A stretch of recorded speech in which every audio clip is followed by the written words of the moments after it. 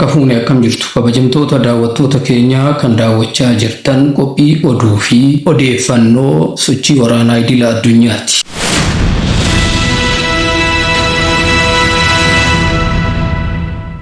Dhaabbanni basaasaa Ameerikaa CIA akka beeksisetti mootummaan Iraan akka yaadame kufaa hin jiru. Iraan humni ishee hanga nuti tilmaamne ol ta'eera jechuun ifatti dubbatan. Haleellaan Iraan dhiyeenya kana raawwattee fi dandeettii ishee qabatamaa jiru gaafa laallu humni Iraan hanga nuti yaadne ol akka ta'e ifatti nuuf galeera jechuun manni marii ittisa Ameerikaa Peentaagoon ifoomsee jira. Waraanni Ameerikaa fi Israa'el Iraan irratti banan baasii doolaaraa miiliyoonota hedduu fi lubbuu namoota hedduu akka galaafate Peentaagoon ibsee jira. Egaa Iraan jettiiwwan Ameerikaa fi Israa'el ittiin dhaadattu hedduu qilleensarraa akka harcaasaa jirtu dubbi himaa waraanaa Iraan ibsee jira. Israa'el haleellaa Iraan irratti banteen yuunivarsiitii yoo rukuttu barattoota 170 ol lubbuun akka ba'e miidiyaan Iraan ibsee jira. Gochi Iraan kun ammoo gocha kiristaanas ta'e Islaam hundatti balaaleffatamaa akka ta'e miidiyaaleen garaagaraa dubbataa jiru. Gocha Israa'el kana ni balaaleffannas jedhan.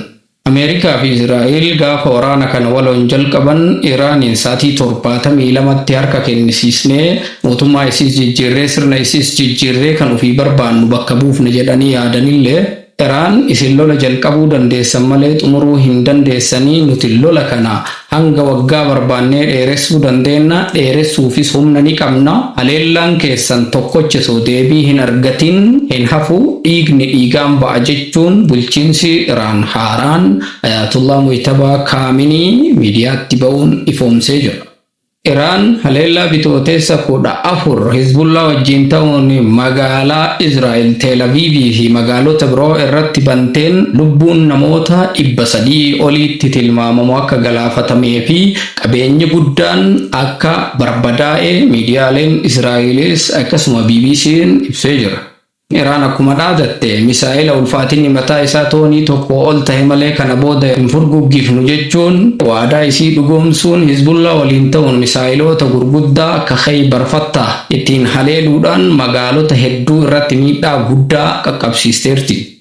Israa'el amala isii keessatti gaafa injifatamtu ni dhokfatti miidhaa isirra ga'e ni dhokfatti maraa oltus allaattii duuti lafa akkuma jedhamu dhokfataa oltus amma ofuma isaaniitii gad ba'anii miidhaan Iraan nurratti gaggeessite hanga addunyaan quba qabduu olii hanga nuti tilmaamnellee olii jechuun ifatti ba'anii dubbataati jiru. Basaasaan Raashiyaa tokko akka ibsetti Israa'el lola jalqabdee gaafa guyyaa lama lubbuu namoota 1,200 olii akka kassarte ifoomsee jira. Waraanni Iraan akka beeksisetti loltoota Israa'elii fi Ameerikaa kan karaa lafoo biyya Iraan seenuu barbaadan hedduu kumaatamaan lakkaa'aman akka qabee harkaa qabu miidiyaatti ba'ee dubbataati jira. Viidiyoon tokkos akka agarsiisanitti loltoonni Israa'elii fi Ameerikaa harka loltoota warraaqsa Islaamaatti kufuu ragaa ba'a. Baay'ee kabajamtoota daawwattoota keenyaa kan daawwachaa turtan Biiftuu Faawundeeshin qophii oduu fi odeeffannoo sochii waraanaa idil addunyaati oduu biroon hamma walitti deebinutti turtii gaarii.